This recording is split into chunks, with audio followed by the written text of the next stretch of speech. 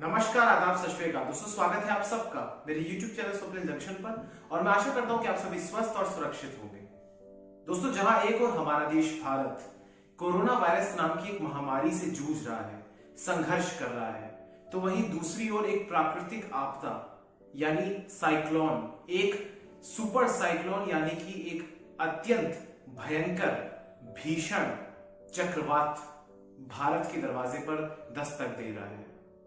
आप सभी ने ये बात पढ़ी होगी आज की न्यूज़पेपर्स में, सोशल मीडिया पर भी और टीवी न्यूज चैनल्स पर भी देखी होगी कि इस समय भारत में एक चक्रवाती तूफान, बल्कि मैं कहूंगा कि सुपर साइक्लोन, क्योंकि मौसम विभाग ने जो अलर्ट्स जारी किए हैं और मौसम विभाग ने जो नाम दिया है साइक्लोन को, वो यकीनन साइक्लोन नहीं है बल्कि सुपर साइक्लोन है। यानी कि ये अत्यंत प्रचंड चक्रवात है, एक ऐसा चक्रवाती तूफान जो कि भारत के तटीय क्षेत्रों में टकराएगा। और जब आप लोग ये वीडियो देख रहे होंगे तो उस समय भारत के तटीय क्षेत्रों में ये टकरा भी चुका होगा।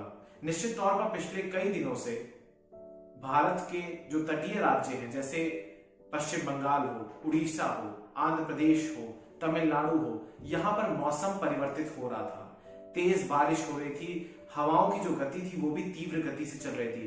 तूफान के पूरे संकेत दे रहे थे और आज ये तूफान टकरा जाएगा। इनफैक्ट टकरा भी गया है।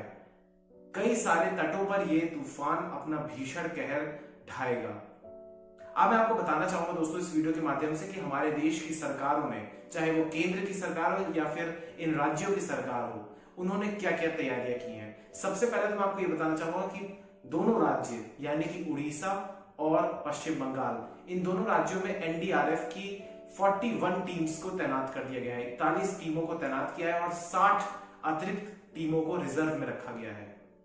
इसके अलावा दोस्तों भारत की नौसेना भी अपने आईएनएस, जो तमाम आईएनएस है, उनके साथ तैनात है ताकि वो किसी भी आपदा की स्थिति में, किसी भी ऐसी स्थिति में जहां पर लोगों को सहायता की आवश्यकता हो, वहां पर भरपूर तरीके से सहायता प्रदान कर सके।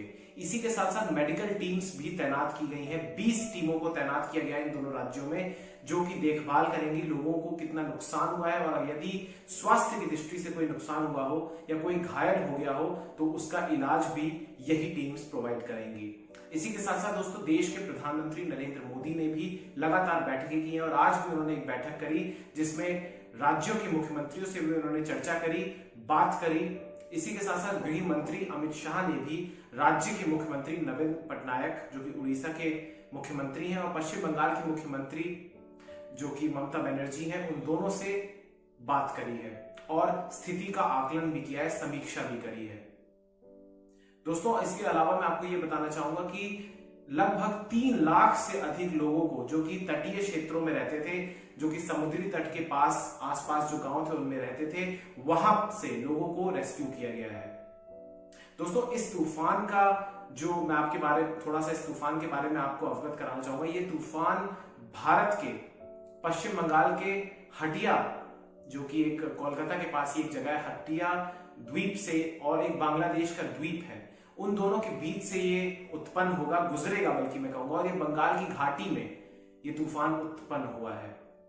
इसके अलावा उड़ीसा के 12 जिलों को भी प्रभावित करेगा और पश्चिम बंगाल के उत्तरी मिदनापुर, माफ कीजिएगा, पूर्वी मिदनापुर, उत्तरी 24 परगना, कोलकाता जैसे जिलों को भी ये प्रभावित करेगा। मौसम विभाग ने ऑरेंज अलर्ट जारी कर दिया है इन जिलों के लिए। इसी के साथ साथ मौसम विभाग ने आंध्र प्रदेश और तमिलनाडु को भी अलर्ट घोषित किया है और सावधानी बरतने को कहा है।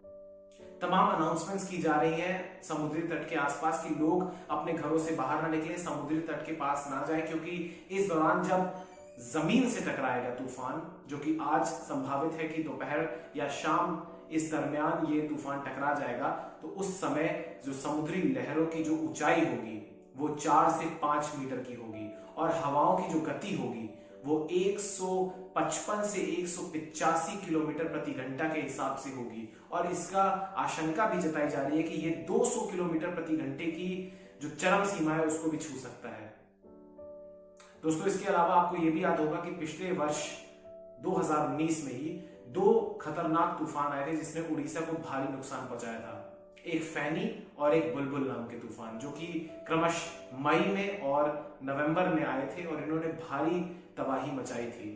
इसके अलावा आपको एक बात और आपके लिए जानना बेहद आवश्यक है कि वर्ष 1999 में उड़ीसा में एक साइक्लोन आया था जिसको सुपर साइक्लोन का नाम दिया गया था, और इसके बाद तकरीबन 20 सालों के बाद, 21 सालों के बाद अब ये तूफान आया जिसको सुपर साइक्लोन कहा जा रहा है। इस वीडियो के माध्यम से दोस्तों मैं पूर्ण रूप से ये विनती करना चाहूंगा कि आप सभी अपने अपने घरों में बैठें और अपने अपने घरों में बैठकर उड़ीसा और पश्चिम बंगाल के लोगों के लिए दुआ करें, प्रार्थना करें कि ईश्वर से कि उनको ज्यादा नुकसान ना हो और इस चुनौतीपूर्ण समय में हमारे देश को सुरक्षित रखे भगवान, और वहां के जो स्थानीय लोग हैं उनको भी सुरक्षित रखें। इसी के साथ साथ बांग्लादेश में भी ये तूफान टकराएगा तो बांग्लादेश के भी जो लोग हैं उनको भी ईश्वर सुरक्षित रखें और इस चुनौतीपूर्ण समय में लड़ने के लिए शक्ति दें।